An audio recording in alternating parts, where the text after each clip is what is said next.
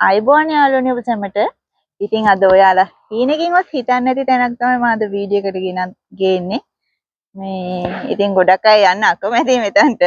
මොකද ඒ වුණාට කවදා හරි මේ යන්න සිද්ධ වෙනවා. ඉතින් අපි බලමු ඉතින් අද ඔයාලට මොකද අපි පෙන්වන්නේ කියලා.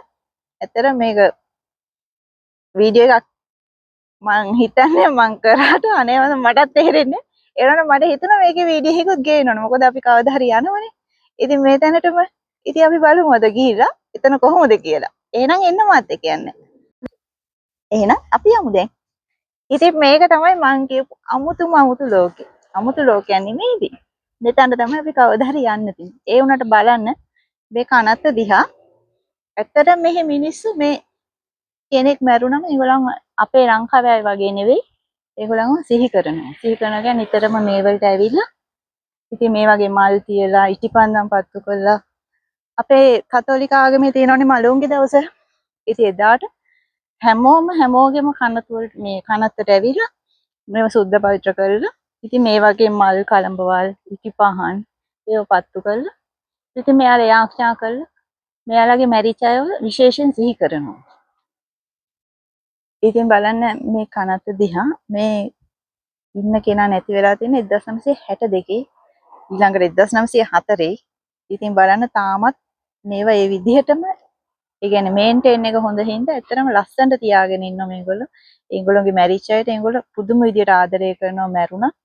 ඉතින් මේ ඔක්කොම ලස්සනට හදලා තියාගෙන ඉන්නේ. ඉතින් අපි යමු තව එකකට. මේක අති විශාල සොහොනක්. මේක ලොකු පවුල් සොහොනක්. මොකද මේ වගේ ලොකු සොහොන් හදන්න ටිකක් ගොඩක් සල්ලි තියෙන කට්ටිය. මොකද මේවා හදලා තියෙන්නේ ගැනයිට් වලින්. ඉතින් මේ වලට විශාල මුදලක් වැය වෙනවා. ඉතින් මං හිතන්නේ මෙතන භූමි දාන කරලා තියෙන 1 2 3 4 5 6 7 දෙනෙක්. ඉතින් මේ පවුල් වලවල් කතෝලික මෙහි ගොඩක් තියෙන කතෝලික ආගම. ඉතින් කතෝලික ආගමේ ගොඩක් මෙහෙම පවුල් වලවල් දාලා තියෙනවා. ඉතින් මේවා ගොඩාක් කරන්නේ සල්ලි තියෙන. ඉතින් දුප්පත් මිනිස්සු ඉතින් චූටි තැන්වල මං ඔයාලට පෙන්නන්නම් පස්සේ ඒකට. මේ පුංචි ඒවා තමයි හදලා තියෙන්නේ. ඉතින් යාළුවනේ මේ මෙතන මේ බංකු තියලා තියෙනවා හැම සෝනස් ළඟම.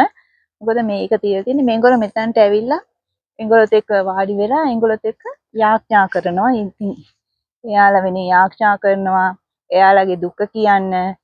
ඒවට ඉතින් මෙතන ඇවිල්ලා එයාලා තනියෙන් මේගොල්ලොත් එක්ක සුහද කතා බහක යෙදෙනවා කිව්ව. දැන් අපි ඇවිල්ලා පාක් එකක ඉන්නවා වගේ. එයාලත් ඇවිල්ලා ඉතින් මෙතන ඉන්න අයත් එක්ක එයාලගේ ඥාතින් එක්ක ඉතින් වාඩි වෙලා කතා කර ඉන්න ගොඩක් දවස් වලට. ඉතින් සීත කාලේ ටිකක් අඩුයි. ආයන කාලේ මේගොල්ලෝ නිතරම මේ කනත්තට එනවා. කට්ටියම ඇවිල්ලා ඉතින් යාළුවනේ මේක මේ ඇත්තටම මේ කනත්ත ලස්සන රැට. මොකද මේ හැම මේ සොහනකම මේ ඉටිපන්දන් එළි ලයිට් එහෙම පත්තු කරනවා. ඉතින් මට රැට වීඩියෝ එකක් ගේන්න බෑ. මොකද තනියම මේ කනත්තට එන්න මට බයයි. ඉතින් රැ වෙලා එන්න බැහැනේ. ඉතින් ඒකයි මම නැත්තම් මම ඔයාලට පේනවා. මම අනිවාර්යෙන් මේ කනත්ත වීඩියෝ එකක් ගේනවා මේ නොවැම්බර් මාසේ මලොන්ගේ මාසේ තියෙනනේ අනිවාර්යෙන් එදාට මේ කනත්තේ චූටි ෂෝට් වීඩියෝ එකක් හරි මම කරනවා. ඒ ඔයාලට ඒකේ ලස්සන පෙන්නන්න. ඇත්තට මේක කනත්තක් කියලා හිතා ගන්නත් බෑ. ඒ තරමට ලස්සනයි මේ කනතු. මේ කනත්ත අපේ ලංකාවට යන්නත් බෑ. එහෙන් බයකුත් නැහැ. මෙහි ගොඩක් අය ඇවිල්ලා මේවත් එක්ක මේ තමන්ගේ ඥාතීන් එක්ක ඒගොල්ලන්ට යාඥා කරලා කතා බහ කරලා නිකන් අමුතුම මේකක් තියෙන. අපේ දානමාන දෙනවා වගේ මෙහෙට ඇවිල්ලා කරන්නේ ඒගොල්ලොත් එක්ක සාමකාමීව මෙහෙම කතා බහ කර එහෙම ඒගොල්ලොත් එක්ක හරි මේක මට කියන්න තේරෙන්නේ නැහැ වචනේ. ඒ වගේ හරි සුහද මේකක් තියෙනවා. ඒගොල්ලන්ගේ ඥාතිය කොච්චර කල් මැරුණා. ඉතින් ඒ කාලේ වැදගත් නෑ. දැන් අපේ සාමාන්‍ය ලංකාවේ කෙනෙක් නැති වුණාම උපරිම අවුරුද්දක් වගේ තරමට කනත්තට යයි. ඒව මේව කරයි. ඉතින් එහෙම නැහැ.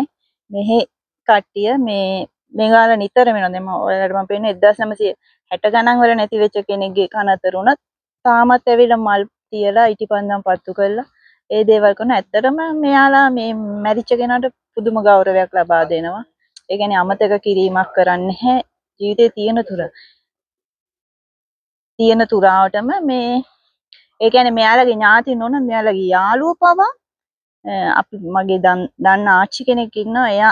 එයාගේ කවුරුත් නෙවෙයි. ඒකට එයාගේ යාළුවෙක්ගේ එහෙම අයත් මේ එයාලගේ සොහොන් වලට ඇවිල්ලා පුදුම විදියට ඉටිපන්දම පත්තු කරලා එයාලට යාඥා කරන. ඒ තරම් මෙහි මිනිස්සු මේ කියන තේරෙන්නේ නැහැ. ඇතරම පුදුම කරුණාවන්තයි. එහෙම තමන්ගේ ඥාති නොවුනත් අනිත් අයගේ සොහොනට මේ සොහොන ලස්සනට තියලා එහෙම දේවල් කරනවා ඉතින්.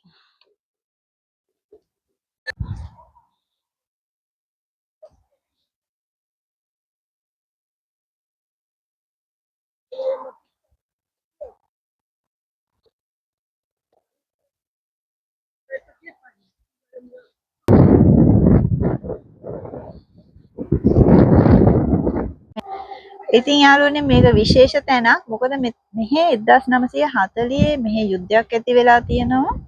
මේ නගරේ විර්ෂ නගරේ මේ ඉතින් ඒකේ මියගිය අයව සිහි කරන තමයි මෙතන දාලා තියෙන්නේ. මේ ස්මාරකය හදලා තියෙන්නේ.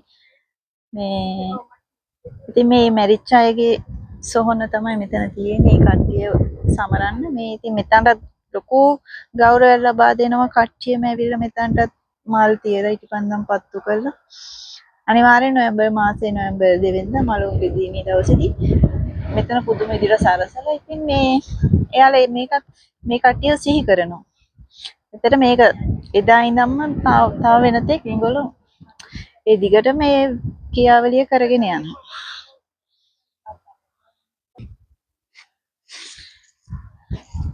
ඒක යාළුවන්ට පේන පුදුම ලස්සනයි නේද මේක නැත්තේ?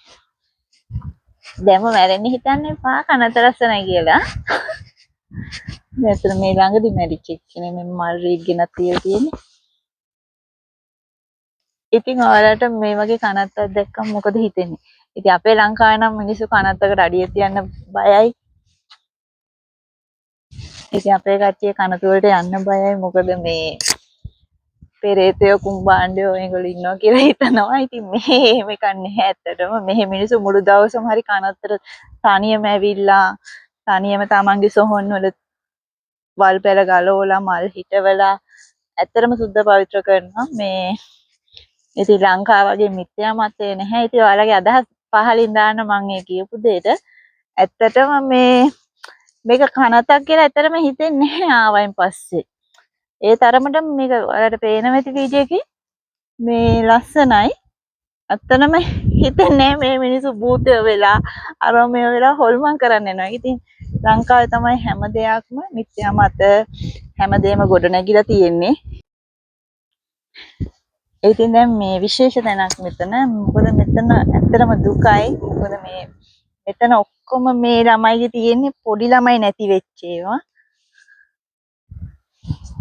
ඉතින් මේ ඔක්කොම මේ කෑල්ල වෙන් වෙලා තියෙන්නේ පොඩි ළමයිගේ සොහොන් වලට. ඇත්තටම ඉතින් එකයි වලට පේන ඉතින් එයාලා ආස කරන ටොයිස් අනම්මනම් ඒවා හිටන් මේ කනත් ගෙනත් තියෙනවා ඒගොල්ලෝ එයාලගේ දරුවෝ වෙනුවෙන්.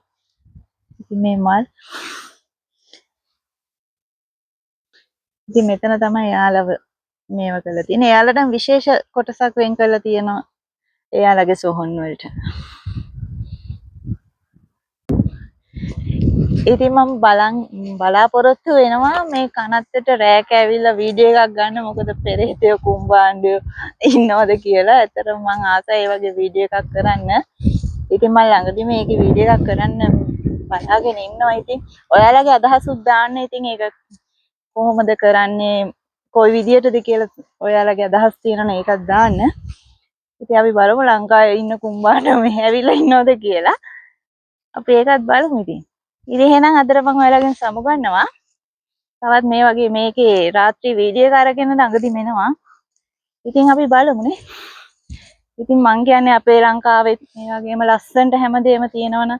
ඒ කියන්නේ මිත්‍යා මත නැතුව හැමෝම එකමුතු වෙලා සහයෝගයෙන් වැඩ කරලා මැරිච්ච කෙනා මැරුණ කියලා අමතක නොකර හැමදේම එයාව සිහි කරලා එයාට ආදරය කරන්න පුළුවන් නම් අපිට මේ වගේ විතර මං හිතනවා මේ අපේ රට මේ වගේ මේ විදිහට සුහදව හිටියොත් අපේ රට ලස්සන වෙයි කියලා.